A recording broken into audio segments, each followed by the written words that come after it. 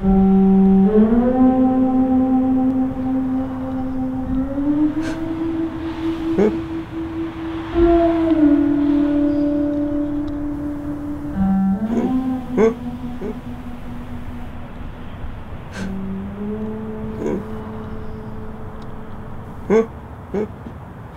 I became very distressed. I wasn't sleeping, and I actually went to a counsellor and said to her that I'm thinking of killing Simon and killing myself, and I was very serious.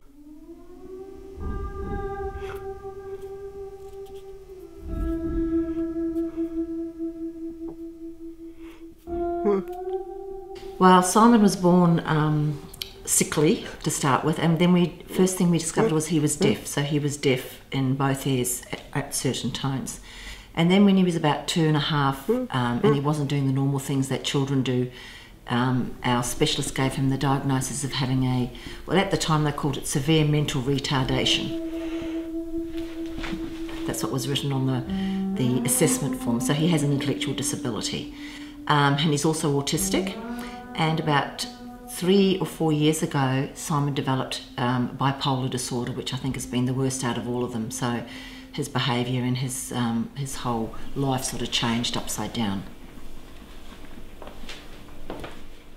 So for 20 days, Simon very rarely goes to bed. He walks through the house looking for what mischief he can do, and he's on a high.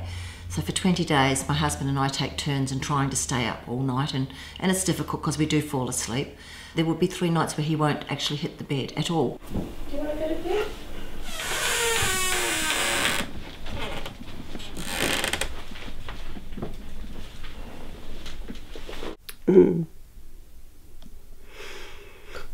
Wide awake. It's going to be one of those nights when we don't have a sleep tonight, by the looks of it. Today is Friday, so since Sunday till today, Simon hasn't had more than a couple of hours sleep every night. So it's about midnight now, so probably about 2 o'clock in the morning. About that time, if he gets sick of putting all his books and things on the floor, he'll lie down in bed. Then about 4, 5 o'clock in the morning, he gets up again.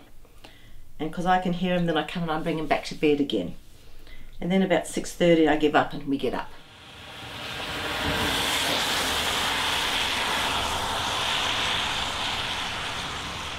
Coffee, coffee! Medicine. Let's go. No. Mum's not the best shaver. Ooh.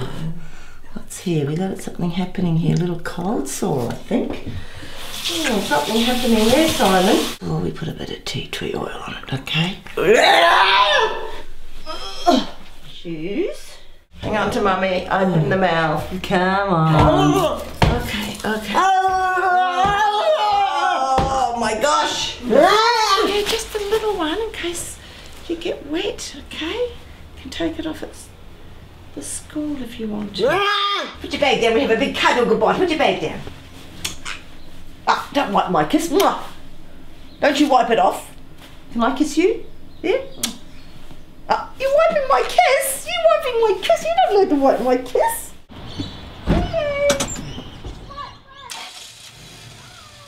We hear many stories from carers who are absolutely desperate for some respite or more support.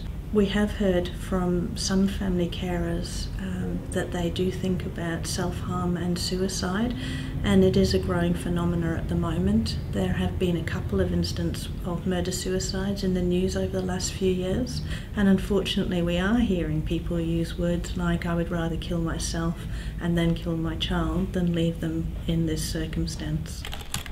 Well, 4 years ago I stopped working full-time because I found I couldn't work without falling asleep. So I stopped working and I now work for myself at home. So obviously I'm exhausted.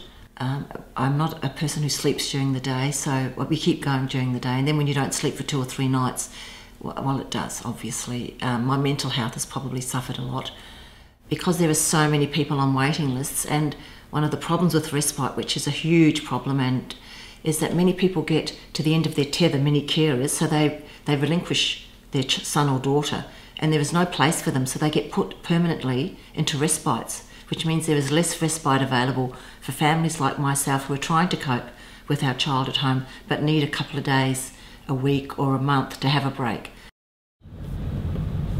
Life can be tough for carers, but there's a glimmer of hope.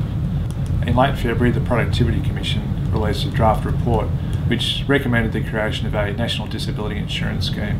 The NDIS will be a bit like Medicare. It will create a dedicated fund of over $12 billion to ensure that people with disabilities get the care and support they need. Okay, thank you. The final report from the Productivity Commission will provide a real test for the government that they can act in the national interest and come up with a scheme that will give people with disabilities the care and support they've been looking for a long time.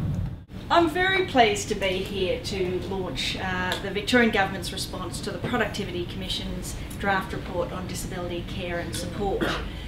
For too long, people with a disability, their families and carers haven't been able to access the support they need. It's as basic as that.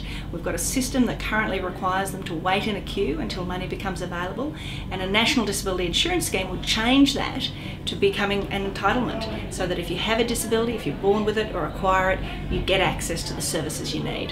Hello. Are you home from school? Looking very, very, very tired. You're tired today. 4 or 5 years ago, when Simon was really not sleeping and became a little bit destructive and a little bit violent towards my mother and I, who were both caring for him, and we'd called in DHS and the I think it's called the behaviour team, the BIS team, and we were trying strategies for Simon to calm down, and I wasn't sleeping and he was screaming and hitting out at me.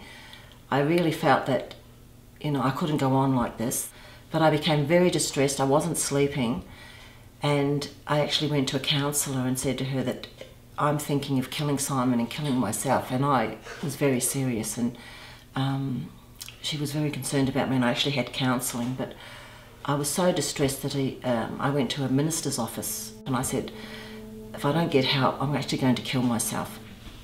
I think it must have given her a fright, so she informed her department that they needed to take Simon off me that night. So that night they rang me and said that they were bringing a taxi for Simon and to put him in a respite for a few days so that I would calm down. To actually threaten, but it's a genuine threat, to either kill your child and commit murder-suicide to actually get a service. That's what happened to me. Yeah, have nice hands so you don't pick all that skin off. Good boy. We love Simon very much, and we think he's a wonderful thing in life, and in fact, in my culture and in our belief, we believe Simon is a blessing in our lives, and we love having him in our lives, but that doesn't mean we cope all the time with him.